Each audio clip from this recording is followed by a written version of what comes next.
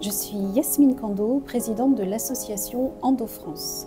Est-ce que vous pouvez commencer par nous parler de votre association? Alors Endo-France est née il y a 23 ans maintenant, elle a été créée en 2001, donc 24 ans. C'est une association qui est animée par une centaine de bénévoles répartis sur toute la France. Nous sommes toutes bénévoles chez Endo-France et nous sommes soutenus par 3000 adhérents. Ça c'est important pour nous parce que ça constitue les ressources de l'association. Nous n'avons pas de subvention publique pour nos frais de fonctionnement, même si nous avons 2 agréments ministériels, santé et éducation nationale. Nos bénévoles mènent chaque année plusieurs centaines d'actions de sensibilisation et d'information pour le public. Ce sont d'ailleurs nos 3 missions principales: soutenir les personnes atteintes d'endométriose et leur entourage, informer le public sur la maladie et agir avec les professionnels de santé et les pouvoirs publics pour améliorer le parcours de soins. Et c'est vrai que ça, c'est typiquement ce qu'on a fait dans le cadre de la stratégie nationale de lutte contre l'endométriose. Donc nos bénévoles réalisent chaque année plusieurs centaines d'actions. En 2024, c'était presque 700. Donc vraiment des actions destinées au grand public, à l'information et au soutien autour de la maladie. Et puis, parmi ces actions, il y a aussi 2 axes importants pour nous qui sont la sensibilisation dans le monde du travail. Ça, c'est vraiment très important parce qu'on n'imagine pas à quel point l'endométriose peut impacter le quotidien professionnel. Et puis, nous intervenons également dans les établissements scolaires à partir de la 3e pour informer les plus jeunes sur les symptômes qui peuvent cacher une endométriose, tout en ayant un discours bien sûr non alarmiste. Toutes les douleurs de règles ne sont pas de l'endométriose, mais voilà, il faut qu'elles aient en tête et qu'ils aient en tête les symptômes qui peuvent cacher une endométriose plus tard. Dans notre association, nous avons un parrain et une marraine. Donc, notre parrain, c'est Thomas Ramos, le joueur de rugby, qui accompagne sa femme atteinte d'endométriose et qui est là pour porter justement la voix des conjoints et des conjointes, parce que l'endométriose, c'est une maladie qui se vit à 2 ou en famille, quand il y a une famille. Et puis nous avons Laetitia Milo, qui est notre marraine et qui, depuis plus de 10 ans maintenant, est à nos côtés. Et elle, évidemment, elle a donné une voix à toutes celles qui souffraient en silence à travers ses prises de parole. Et elle nous a vraiment aidés à sensibiliser le plus grand nombre autour de cette maladie. Qu'est-ce qui vous a motivé, vous, à vous engager personnellement sur cette maladie? Alors, je dirais que, comme l'ensemble des bénévoles, je suis atteinte d'endométriose et j'ai rencontré Endo-France en 2006, vraiment quand j'en ai eu besoin, quand la maladie s'est vraiment montrée très présente, très bruyante pour moi. Et j'ai rencontré des bénévoles, j'ai trouvé non seulement des informations, mais aussi tellement de soutien et de bienveillance que je me suis dit, rends ce que tu as reçu. Donc c'est pour ça que je me suis engagée. Donc je suis devenue bénévole régionale en 2006, puis présidente en 2012. Notre positionnement chez Endo-France, c'est vraiment de donner une information la plus juste, la plus fiable possible, validée scientifiquement. Et pour ce faire, depuis la création de l'association, nous avons un conseil scientifique pluridisciplinaire. Il est composé de spécialistes de la maladie, des gynécologues, des chirurgiens, mais aussi des médecins généralistes, sages-femmes, radiologues, ostéopathes.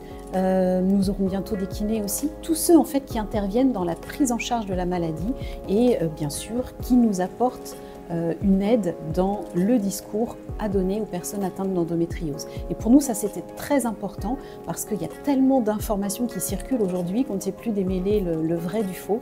Et nous, en tout cas, notre discours, il est basé sur les recommandations de la Haute Autorité de Santé et du Collège national des gynécologues et obstétriciens français. Quels sont selon vous les plus grands besoins des personnes atteintes d'endométriose aujourd'hui? Alors, on le sait, l'endométriose est une maladie méconnue et toutes les personnes qui en souffrent ont, pour la majorité, mis un certain nombre d'années avant d'être diagnostiquées. Et en fait, je me souviens parfaitement de ce 11 janvier 2022, date à laquelle le président de la République a annoncé une stratégie nationale de lutte contre l'endométriose, sur laquelle on avait travaillé avec les équipes ministérielles, les associations, les médecins, les professionnels de santé.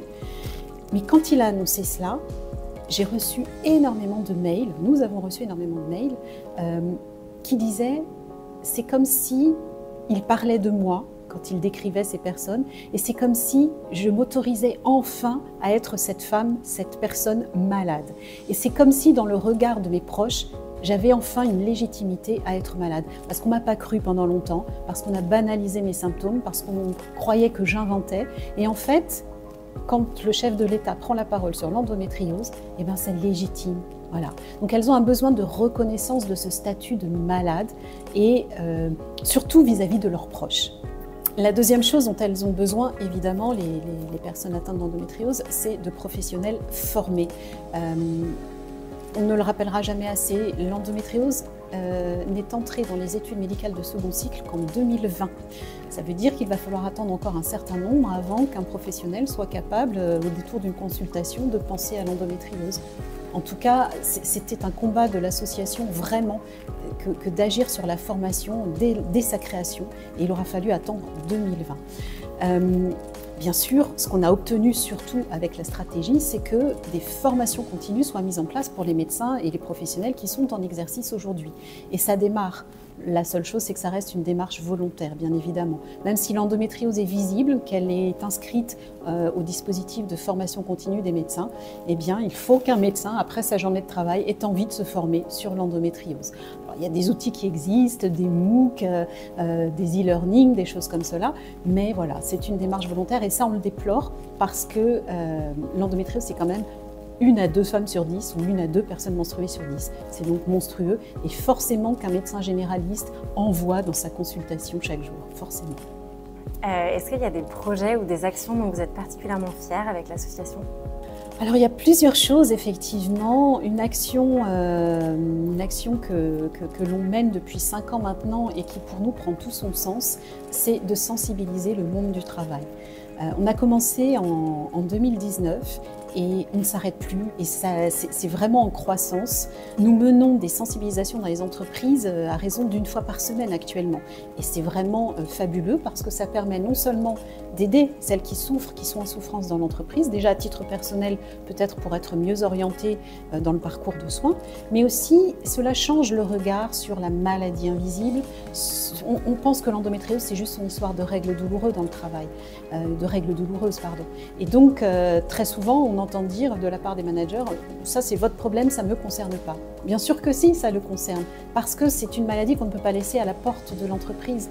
Donc ça, c'est vraiment pour nous une action prioritaire. Il faut vraiment que toutes les entreprises soient sensibilisées à ce qu'est l'endométriose réellement et comment surtout on peut agir avec l'aide des services de prévention et de santé au travail pour améliorer ce quotidien et rendre plus confortable la vie en entreprise pour les personnes qui sont en souffrance.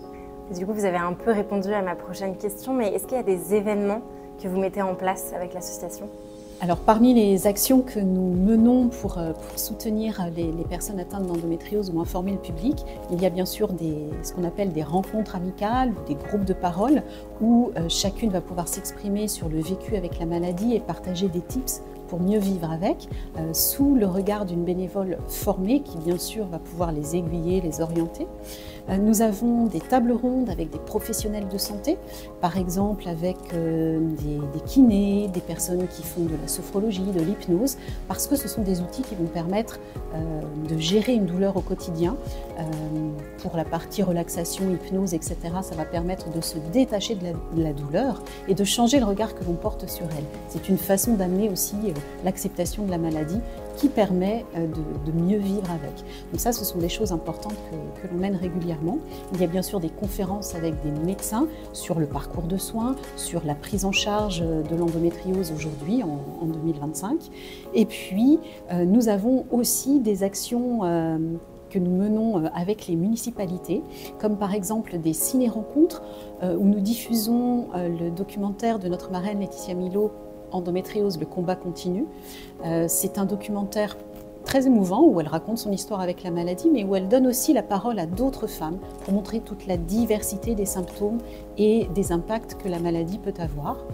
Et puis, nous avons le projet aussi Endopank. Endopank, qu'est-ce que c'est ? C'est un projet qui est à l'initiative d'une association italienne qui s'appelle la Voce di Una et la Voce di Tutte. Et cette association italienne cherchait donc un partenaire en France pour développer ce même projet. Il s'agit en fait de contacter les municipalités et de peindre en jaune un banc dans la ville avec une plaque d'information avec des flashcodes, des QR codes pour permettre d'obtenir des informations sur la maladie.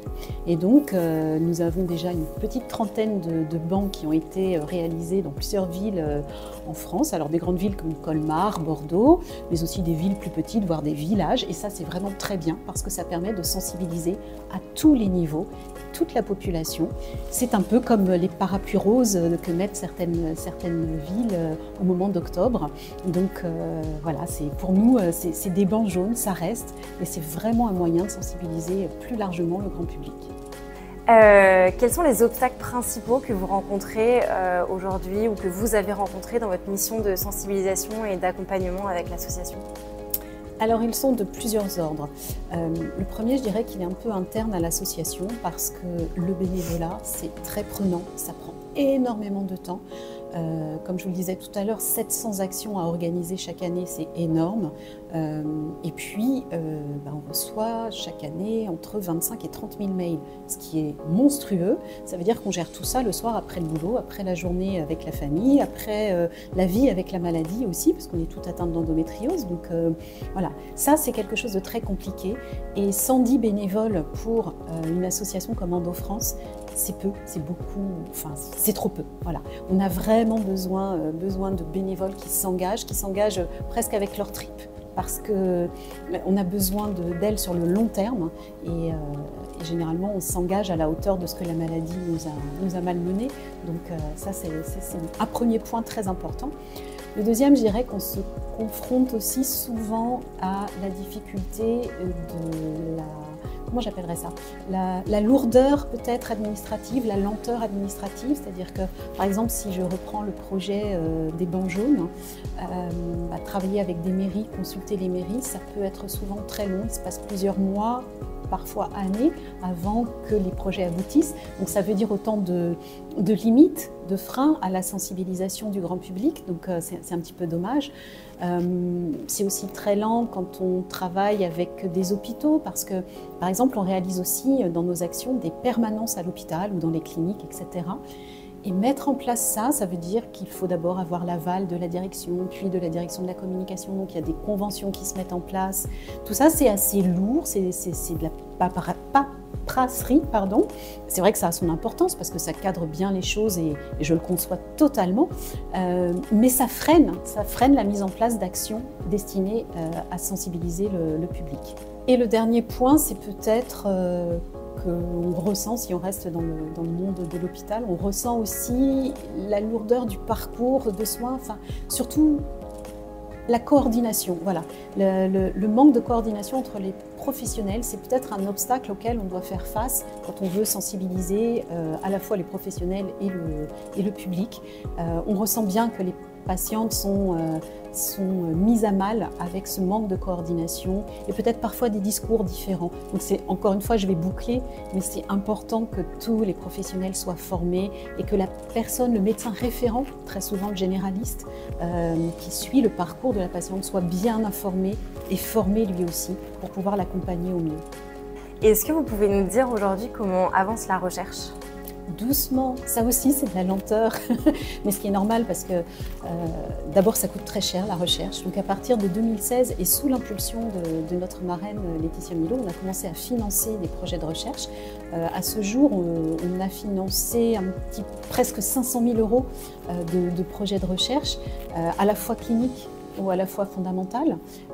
Ça aide les équipes à démarrer, bien évidemment, c'est rien du tout 500 000 €, mais ça les aide à démarrer, à pouvoir poser certaines hypothèses pour pouvoir ensuite prétendre à des financements plus importants et ils ont besoin de cet argent-là. Et cet argent, on l'a soit grâce à notre marraine qui va participer à des jeux télévisés et gagner de l'argent ou nous reverser des droits d'auteur sur ses livres par exemple, mais on les a aussi grâce aux dons, majoritairement des particuliers ou de quelques entreprises dans lesquelles nous sommes intervenus pour sensibiliser. Jamais d'argent de laboratoire pharmaceutique, ça je tiens à le dire, c'est très important pour nous, c'est une question d'éthique et de positionnement.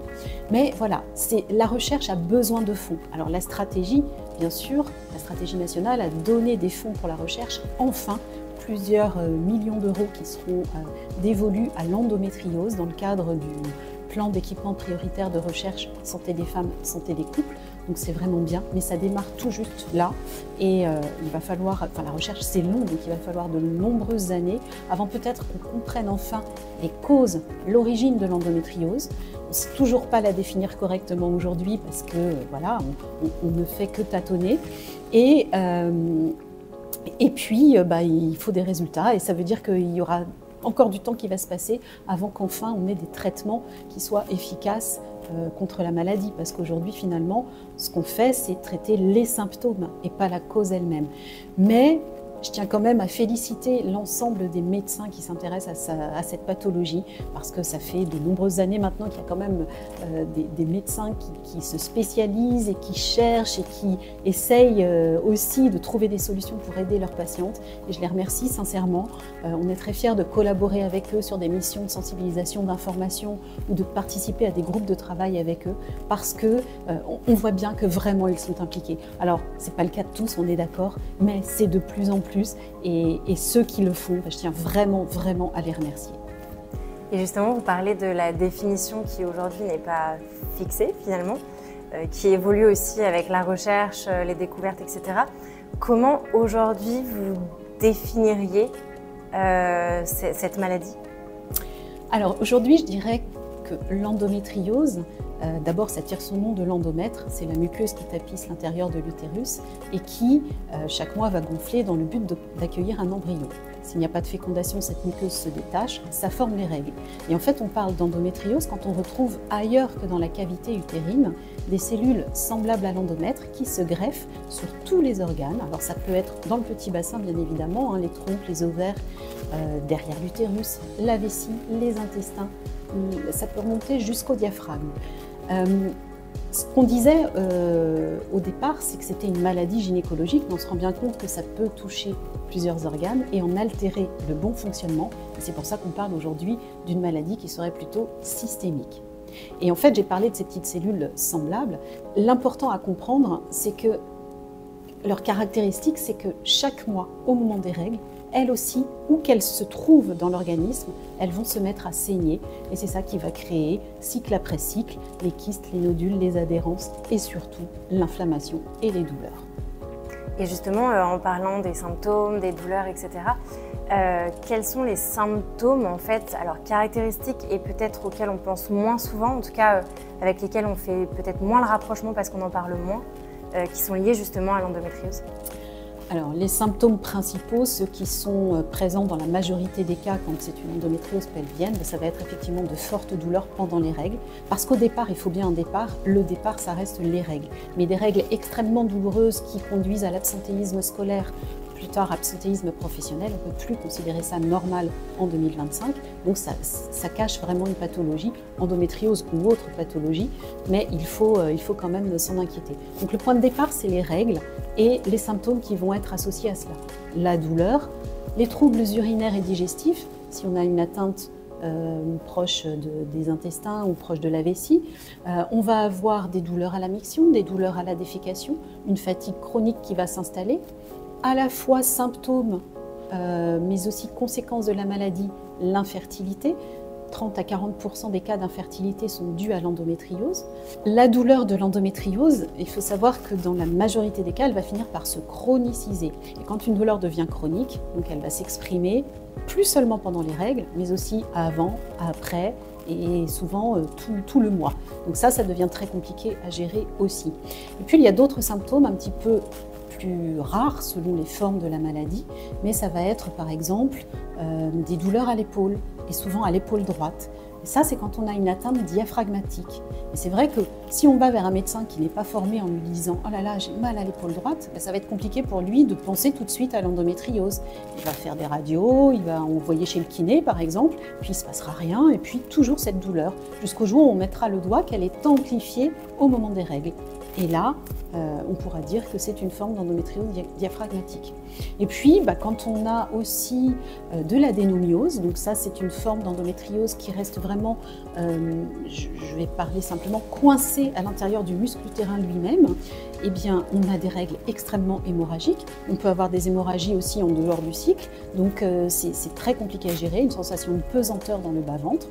On peut avoir des douleurs lombaires aussi, parce que quand on a mal au ventre, on va se tenir crispé, plié un peu en deux, on va compenser avec le dos, on va étirer des ligaments, on peut coincer des nerfs juste par la douleur, on va tétaniser des muscles et il y a aussi malheureusement des nerfs, énormément de nerfs dans le petit bassin qui communiquent entre eux et qui vont propager le message douloureux parce que il faut que le cerveau fasse quelque chose quand il y a une douleur quelque part. Donc tout le monde se met à dire ça fait mal, ça fait mal.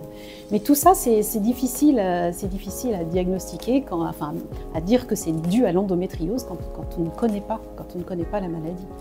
On est en 2025, on a une chance énorme pour l'endométriose, malgré toute la méconnaissance et toute l'errance médicale qu'il peut y avoir sur cette pathologie, c'est qu'on a une stratégie nationale de lutte contre l'endométriose. Et aujourd'hui, ça n'est plus possible d'ignorer ce mot. D'ailleurs, tout le monde connaît le mot endométriose. On ne sait pas forcément ce qui se cache derrière, mais tout le monde connaît ce mot. Et ça, c'est une chance, parce qu'il y a d'autres pathologies féminines dont on parle beaucoup moins, qui font autant de dégâts, de douleurs, qui conduisent aussi à l'infertilité dans certains cas et qui sont très difficiles à vivre au quotidien. Et je pense au syndrome des ovaires polykystiques, à la congestion pelvienne, aux fibromes et plein d'autres maladies aussi liées à la grossesse qui sont compliquées et dont il est important de parler aussi.